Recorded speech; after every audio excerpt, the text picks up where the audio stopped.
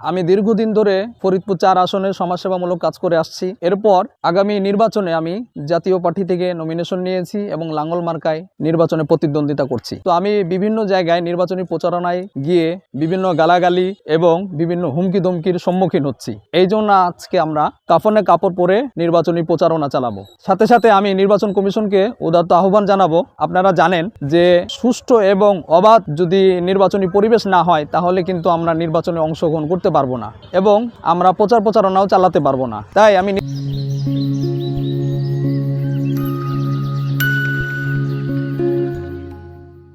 নির্বাচন কমিশনের কাছে বিশেষভাবে অনুরোধ করব, আপনারা আমাদের নির্বাচনী প্রচারণা চালানোর জন্য বিশেষভাবে আমাদেরকে সুন্দর পরিবেশ সৃষ্টি করে দিবেন।